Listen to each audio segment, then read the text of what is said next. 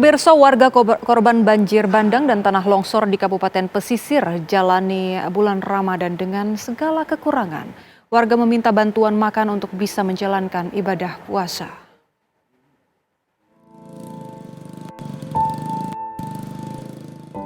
Pasca banjir bandang yang menerjang Kabupaten Pesisir Selatan, merusak ribuan rumah penduduk di Nagari Gantiang Mudiak Utara, Surantia, Kecamatan Sutra, Pesisir Selatan. Ratusan rumah luluh lantak dihantam banjir bandang. Jalan-jalan dipenuhi dengan batang pohon yang terbawa arus, lumpur pun masih menutupi jalan. Kondisi yang memprihatinkan ini hingga kini belum juga bisa teratasi. Sementara bulan Ramadan telah tiba. Baju pun basah semua, tidak layak dipakai lagi. Kami mohon sama Bapak kasihlah kami untuk puasa besok makanan.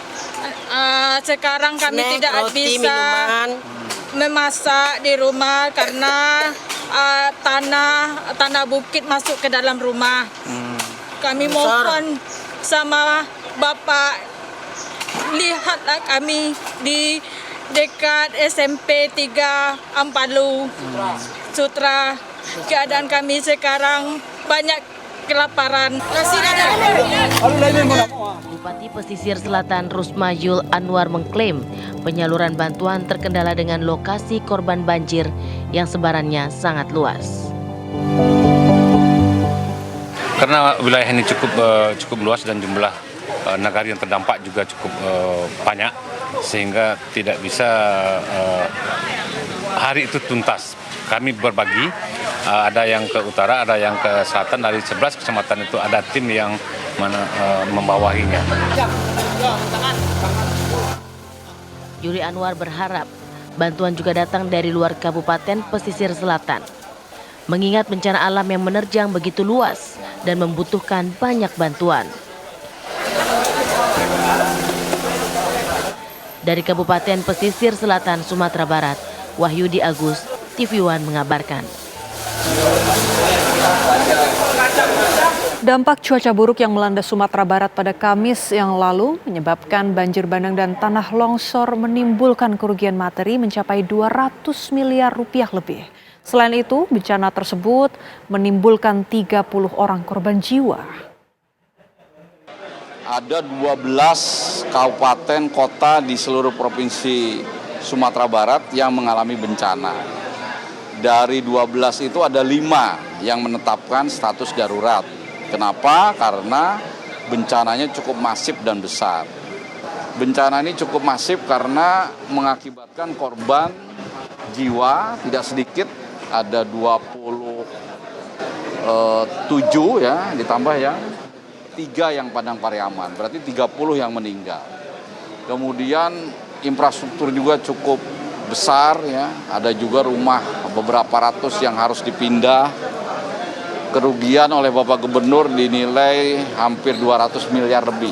Pemirsa, untuk memperbarui kabar dari dampak banjir bandang dan tanah longsor di Kabupaten Pesisir Selatan Sumatera Barat, sudah ada rekan kami Wahyudi Agus di sana.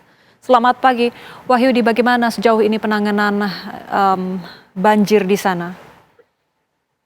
Ya, Ebony, perlu kami kabarkan dari selatan bahwa saat ini pemerintah kabupaten menyebutkan kalau sudah perlu terus membagikan semacam logistik bagi korban banjir di lokasi tersebut, yang mana kemarin hasil rilis dari BNPB sendiri merilis bahwa terdapat 70.000 lebih warga terdampak banjir di pesisir selatan ini. Dan kemudian kemarin kita juga sempat berkeliling ke lokasi-lokasi perumahan masyarakat, tepatnya di pelosok di Langgai di Kecamatan Sutra, bahwa banyak di antara mereka yang mengaku tidak bisa melakukan aktivitas memasak karena semua peralatan dapur mereka hilang atau hanyut di bawah air, sehingga mereka kesulitan untuk melakukan sahur, apalagi untuk berbuka puasa nanti, termasuk juga dengan aktivitas tarawih di mana masjid juga banyak yang dipenuhi lumpur di lokasi tersebut. Ini Abdul Iboni.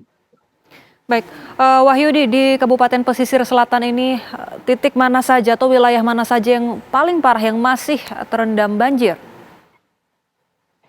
Ya, untuk banjir yang merendam mungkin sudah tidak ada lagi, namun yang tersisa hanyalah lumpur pasca banjir yang mungkin ketinggiannya hingga mencapai 50 cm hingga 25 cm di dalam rumah mereka. Inilah kesulitan terbesar bagi masyarakat korban banjir di Kabupaten Pesisir Selatan, terutama di 2 kecamatan, di antaranya Kecamatan Koto Sebalai Tarusan dan Kecamatan Sutra, dua kecamatan terparah dari 11 kecamatan yang direndam banjir di Kabupaten Pesisir Selatan sendiri. Masyarakat mengeluhkan tidak saja masyarakat yang tentunya rumahnya hancur, tapi juga masyarakat yang rumahnya direndam oleh lumpur yang hingga saat ini masih kesulitan dalam upaya pembersihannya secara sendiri-sendiri dan apalagi secara manual, Ibu nih. Baik, Wahyudi, ini kan sudah mulai memasuki bulan suci Ramadan. Lalu bagaimana bantuan masuk ke sana untuk warga bisa menjalankan sahur dan berbuka puasa seperti apa? Nah, kemarin juga sempat masyarakat mengeluhkan bantuan yang datang pun mereka berharap untuk sementara waktu adalah bantuan makanan cepat saji, karena untuk memasak pun mereka sangat sulit sekali. Ada beberapa bantuan dari pihak ketiga atau dari pihak lain yang memberikan mereka, diantaranya beras, minyak goreng, dan lain sebagainya. Tapi masyarakat mengharapkan adanya bantuan berupa bahan makanan cepat saji atau peralatan dapur, karena mereka kesulitan di situ. Mereka mengingatkan bahwa banyak pun bahan-bahan makanan yang diberikan, kalau peralatan memasak pun tidak ada juga percuma saja, karena peralatan dapur mereka juga sudah hanyut, bahkan kayu bakar pun susah dicari untuk dilakukan memasak di dapur mereka masing-masing. Baik, sebenarnya Wahyudi, dalam pendistribusian bantuan ini apakah ada kendala yang dihadapi? Misalnya mungkin masih ada jalur-jalur yang benar-benar lumpuh dan tidak bisa dilalui? Ya, untuk jalur yang benar-benar lumpuh barangkali hanya di satu titik saja, yaitu tepatnya di kawasan Langgai, tempat terdapat korban 10 yang tertimbun longsor, karena di sana itu beberapa jalan putus. Namun di kawasan lain seperti di kecamatan lain atau di 11 kecamatan dari 15 kecamatan yang ada di Kabupaten Pesisir Selatan sendiri sudah bisa dijangkau hingga saat ini. Meskipun kemarin pemerintah kabupaten melalui bupatinya Rusmayul Anwar sempat menyebutkan bahwa pemerintah kabupaten sudah menyalurkan bantuan secara terus-menerus dan sudah juga membangun 14 posko dapur umum untuk masyarakat korban terdampak banjir. Namun masyarakat masih sangat membutuhkan karena belum terlihat di mana posisi posko dapur umum tersebut. Baik, ini artinya dari 14 posko dapur umum belum cukup bisa memenuhi kebutuhan warga?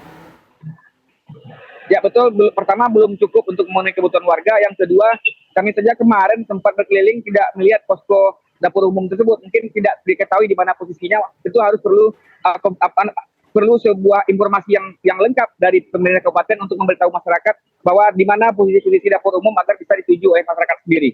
Baik, lalu bagaimana dengan posko pengungsian, Wahyudi? Ada berapa yang tercatat dan tersebar di mana saja? Ya, kalau untuk sebuah posko pengungsian secara resmi yang memang dibikin untuk secara besar untuk pengungsian memang tidak ada, tapi masyarakat hanya mengungsi secara mandiri. Ada yang mengungsi ke rumah-rumah sekolah, ada yang mengungsi ke masjid-masjid, dan ada yang mengungsi ke kantor nagari seperti yang dilakukan di sini. Mereka dikoordinir langsung oleh sesama penduduk dan paling di pemerintahan terendah yaitu Bapak Wali Nagari yang masing-masing dikoordinasikan untuk mengungsi ke tempat-tempat atau ke fasilitas umum seperti masjid dan sekolah-sekolah yang ada, Boni. Baik, Wahyudi, mungkin Anda bisa berbagi cerita dari pantauan Anda untuk setidaknya sahur pagi tadi, bagaimana warga menjalankannya? Ya, demi untuk menjalankan ibadah puasa Ramadan sendiri, masyarakat memang sangat ada juga yang mendapatkan bantuan berupa makanan nasi bungkus dari pihak ketiga di luar pihak kabupaten sendiri, dan mereka yang masih bisa memasak mereka memasak, bahkan ada juga yang berusaha memasak dengan menggunakan kayu bakar yang tersisa yang sebelumnya sudah banyak yang terendam oleh banjir, dan demi agar mereka bisa berpuasa hari ini sehingga semua upaya dilakukan agar bisa makan sahur nanti tadi itu, Boni. Baik, terima kasih Wahyudi Agus melaporkan langsung dari pesisir selatan. Kita harapkan dampak banjir segera tertangani di sana.